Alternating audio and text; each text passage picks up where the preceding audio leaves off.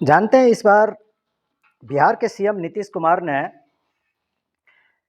आखिर इंडिया गठबंधन के साथ मिलकर के सरकार बनाना उचित क्यों नहीं समझा? नहीं तो वो तो जानबे करते हैं कि नीतीश कुमार पलटे मारने में काफ़ी माहिर व्यक्ति हैं। इंडिया गठबंधन का 234 सीट आने के बावजूद भी नीतीश कुमार पलटी नहीं मारे और एनडीए के साथ बना रहा और आगे भी बना रहेगा, मैं गारंटी के साथ कहता हूँ। इसके पीछे दो लॉजिक है, क्योंकि कांग्रेस ने चुनाव के दौरान अपने मैनिफेस्टो में अपने घोषणा पत्र में दो प्रमुख रूप से उन्होंने घोषणाएं की थी। पहला घोषणा था कि महिलाओं को प्रत्येक महीने 8,500 रुपये उसके खाते में खटाखट दिया जाएगा। और दूसरा घोषणा उन्होंने किया था, कांग्रेस ने किया था, इंडिया गठबंधन ने किया था कि बड़े लोगों की संपत्ति अर्थात धनी वर्ग के संपत्ति की, पूंजीपति वर्ग के संपत्तियों को गरीबों में बराबर बराबर बांट दिया जाएगा। चुनाव आने के बाद नीतीश कुमार ने यह भली भांति, क्योंकि वह बहुत ही माहिर, बहुत ही चालाक राजनीतिज्ञ हैं, उन्होंने जान गया कि अगर मैं इंडिया गठबंधन के साथ अगर समर्थन देकर के मैं सरकार बनाता हूं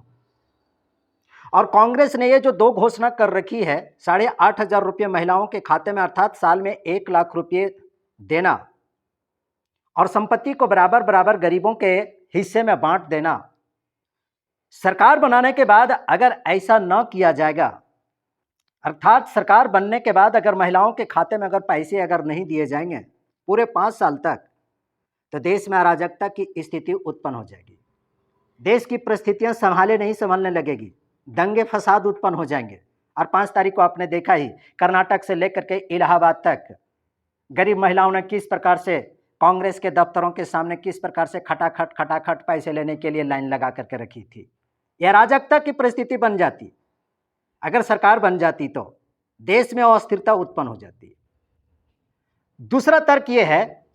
कि नीतीश कुमार ने एनडीए को समर्थन देने का निर्णय इसलिए भी लिया क्योंकि कांग्रेस ने अपने घोषणा पत्र में कहा था कि अगर इंडिया गठबंधन की अगर सरकार बनती है तो मैं अमीरों की संपत्ति को गरीबों में बराबर बराबर बांट देंगे। और अगर सरकार बनने के बाद अगर ऐसा न किया जाता तो ऐसी परिस्थिति में देश में अराजकता की स्थिति, राजनीतिक उठापटक, हिंसा, अशांति फैल जाती पूरे देश में। अर्थात ये दो इस प्रकार के वादे हैं जो किसी भी राजनीतिक पार्टी के लिए पूरा नहीं किया जा सकता है आम जनता के लिए। इसीलिए नीतीश कुमार ने बड़ी ही सोची समझी चाल के तहत एनडीए को समर्थन दिया है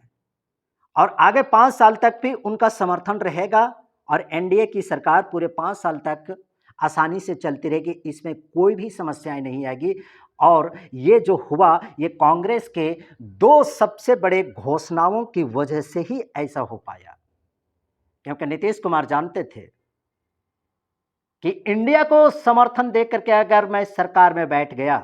सरकार उसकी बन गई, तो सरकार की बहुत ज़्यादा किरकिरी होने वाली है संपूर्ण देश में। इसलिए इससे बेहतर है कि एनडीए के साथ रहा जाए